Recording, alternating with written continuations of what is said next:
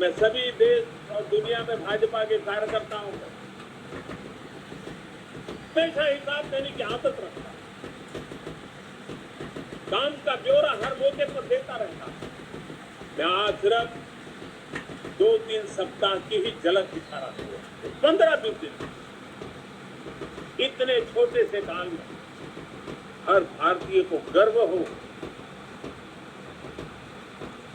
GST लागू होने के बाद से किसी एक वित्तीय वर्ष में 18 लाख करोड़ रुपए कलेक्शन का रिकॉर्ड बनाना अभूतपूर्व।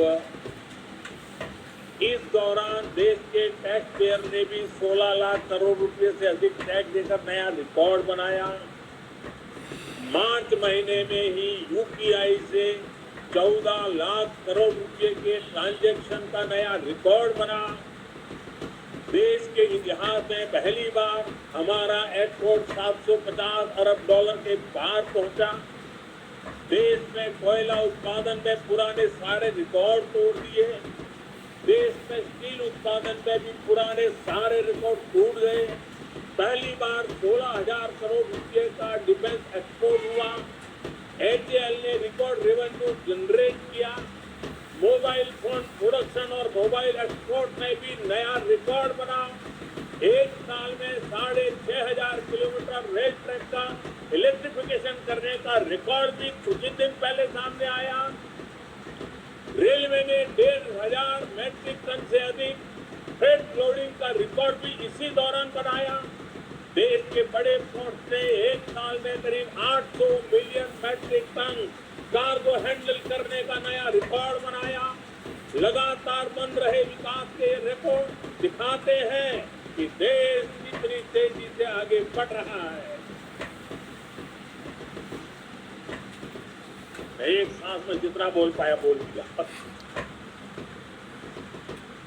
साथियों, आज हम सबका सौभाग्य है कि आज एक राजनीतिक कार्यकर्ता के रूप में हमें आजादी के अमृत काल में देश की सेवा का अवसर मिल रहा है। हमें भविष्य के भारत का निर्माण भी करना है और मेरे सब कार्यकर्ताओं को, भाजपा के हर सिपाही को हर स्तर पर उसका नेतृत्व भी करना है। हमारे प्रयास में अगले 25 वर्षों का विजन शामिल होना चाहिए। हमारे हर कार्य में वो ऊर्जा होनी चाहिए जो आने वाले दशकों तक देश की दिशा और तथा हमारे सपनों को मजबूत करने वाली मां भारती के कोटि-कोटि जनों की आजादी से अब तक के संजोए हुए सारे सपनों को सिद्ध करने वाली होनी चाहिए। साथियों, आज के इस समय में दुनिया तेजी से बदल रही है। हमें भविष्य के हिसाब से भी अपनी पार्टी को निरंतर विकास करने की, विकसित करने की, सामर्थ्य बढ़ाने की कोशिश कभी भी रुकने नहीं देना। हम पहले भी करते आए हैं, आगे अब जरा और गति से करना होगा। 6-7 वर्ष बाद मैं सभी कार्यकर्ताओं से आग्रह करता हूं, 6-7 वर्ष बाद भारतीय जनता पार्टी के 50 वर्ष पूरे होंगे। जब भाजपा के 50 वर्ष पूरे हो, उस समय पार्टी का व्याप कितना होगा, स्वरूप कैसा होगा, हमारे लक्ष्य क्या होंगे, ये हमें अभी से तय करना होगा। हमें नए आइडिया, नए इनोवेशंस को अपनाना होगा। पार्टी में उन्हें एक प्रकार से हमारा जीवन का, कल्चर का हिस्सा के रूप में उसे जोड़ना होगा, उसे बढ़ाना होगा। जैसे मेरा एक सुझाव है कि हम पार्टी में टेक्नोलॉजी को हर स्तर पर आगे लेकर आए। हम विभिन्न स्तरों पर टेक्नोलॉजी सेल्स बना सकते हैं। हम युवाओं की ऐसी टीम बना सकते हैं जो आधुनिक टेक्नोलॉजी को मॉनिटर करे, उसे जनता तक पहुंचा के लिए कैसे इस्तेमाल कर सकते हैं। हम एक्सपर्ट से सुझाव लें, हम सेमिनार करें, एक्सपर्ट्स को लेकर बुला करके बदलते हुए विश्व को समझने की कोशिश करें। सोशल मीडिया में भी हमें नए तौर तरीकों के बारे में सोचना होगा। आजकल रील्स, यूट्यूब, ट्विटर, फेसबुक और इंस्टाग्राम के जमाने में ज्यादा से ज्यादा युवाओं में, इस युवा पीढ़ी में प्रोफेशनल से जुड़ने के लिए हमें राजनीति के नए आयामों को विकसित करना ही है। कम्युनिकेशन और इंफॉर्मेशन भाजपा के निरंतर विस्तार में बहुत बड़ी भूमिका निभाने वाले। इसके लिए हमें अपने कार्यकर्ताओं की ट्रेनिंग, पंचायत से लेकर पार्लियामेंट तक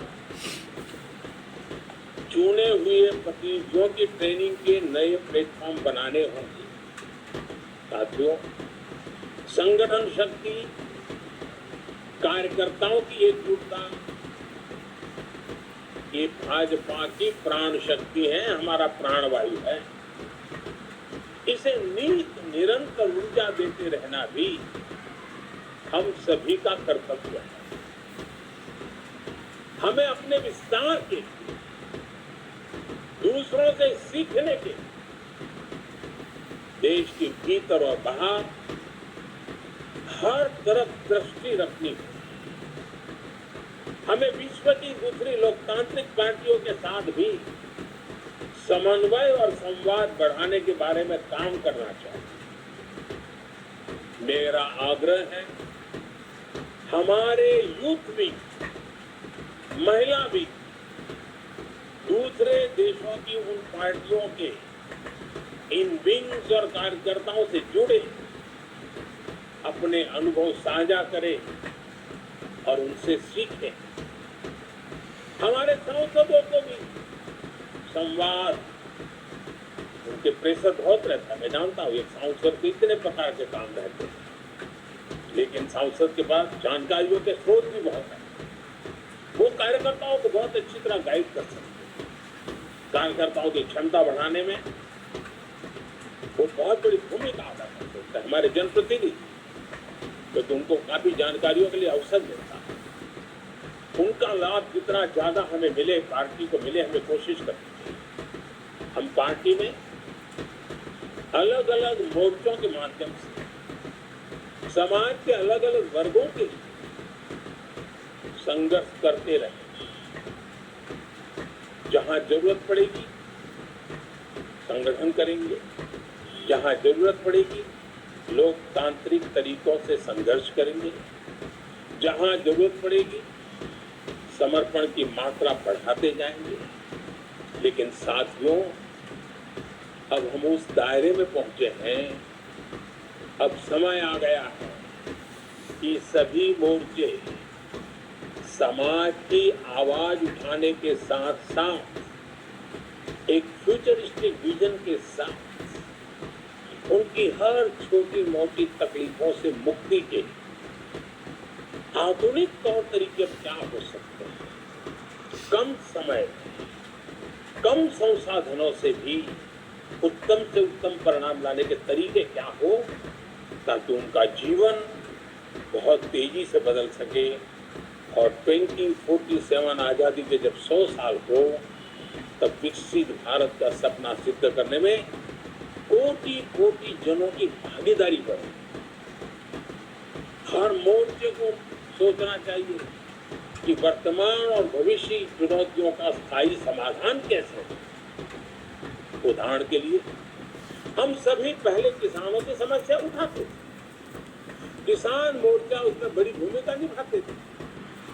हमने किसान सम्मान निधि से लेकर एमएसपी तक कई बड़े फैसले किए। किसानों की सेवा, अब किसानों के एफपीओ बन रहे हैं, कोऑपरेटिव बन रहे हैं। इन्हें मजबूत करने का काम भी भाजपा कार्यकर्ता का ही है। इसी तरह हमने हमेशा झुग्गी में रहने वाले गरीबों की आवाज उठाई। जब हमें सेवा का मौका मिला तो हमने उन्हें पक्के मकान दिए, शौचालय दिए, गैस कनेक्शन दिए। हमें इसी तरह आगे के लक्ष्य तय कर ये समाधान स्थायी होने चाहिए और फ्यूचर रेडी होने चाहिए। इस तरह के प्रयासों के लिए हम पार्टी में नए इंटेलेक्चुअल सेल्स भी बना सकते हैं, नए विचारों पर सेमिनार्स करने और उन पर आगे बढ़ने की एक व्यवस्था तैयार कर सकते हैं। साथियों, जब हमारे सामने 2047 के विकसित भारत जैसा बड़ा लक्ष्य है तो हमारी ये जिम्मेदारी है कि परिश्रम में कोई कमी नहीं छोड़े। हमें सफलताओं को सेलिब्रेट तो करना है, लेकिन अगले ही पल अगली चुनौती के लिए कमर भी कसनी है। और हमें ये सब बीजेपी की मूल विचारधारा के प्रकाश में ही करना है। भारत के संविधान की सीमाओं में ही रहना है। हमें भारत के समाधान उधार की सोच से नहीं, भारत की जड़ों से ही, भारत की परंपराओं से ही, भारत के कोटि कोटि जनों के सदियों के अनुभव से ही, उस अमृत से आगे बढ़ना। इस सोच के साथ हमें भाजपा को 21वीं सदी की भविष्य की पार्टी बनाना है। हमें दुनिया की सबसे बड़ी पार्टी होने के बाद भी अति आत्मविश्वास का शिकार नहीं होना। लोगों ने अभी से कहना शुरू कर दिया है कि 2024 में भाजपा को कोई नहीं हरा सकता। ये बात सही भी है, लेकिन हमें एक भाजपा कार्यकर्ता के नाते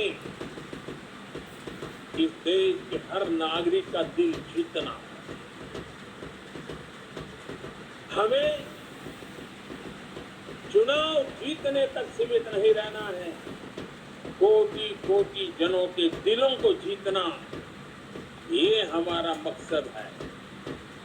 हमें हर चुनाव उसी परिश्रम से लड़ना है जैसे हम 80 के दशक से भी अभी तक लड़ते आए।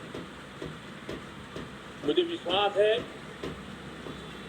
कार्यकर्ताओं की ताकत और राष्ट्र प्रथम का संकल्प हमें इसी तरह ऊर्जा देता रहे। आज के शुभ अवसर पर दो पड़ाव, 50 साल जब बीजेपी में होंगे और 100 साल देश की आजादी के होंगे। आइए एक खाका खींचे, योजना बनाए, जन जन के दिलों को जीतते हुए मां भारती के जिन सपनों को लेकर के हम चले हैं उन सपनों को साकार करते रहे। आज हनुमान जयंती पर स्वयं हनुमान दादा जी हम पर आशीर्वाद बरसाएं और जनता जनार्दन तो ईश्वर का रूप ही होती है। उस जनता जनार्दन के आशीर्वाद के बिना कुछ नहीं होता है। उन आशीर्वादों को लेकर के भी हम आश्वस्त होकर के आगे बढ़े। मैं आप सबको बहुत बहुत धन्यवाद देता हूँ, पुनः शुभकामनाएं देता हूँ। मेरे साथ बोलिए भारत माता की।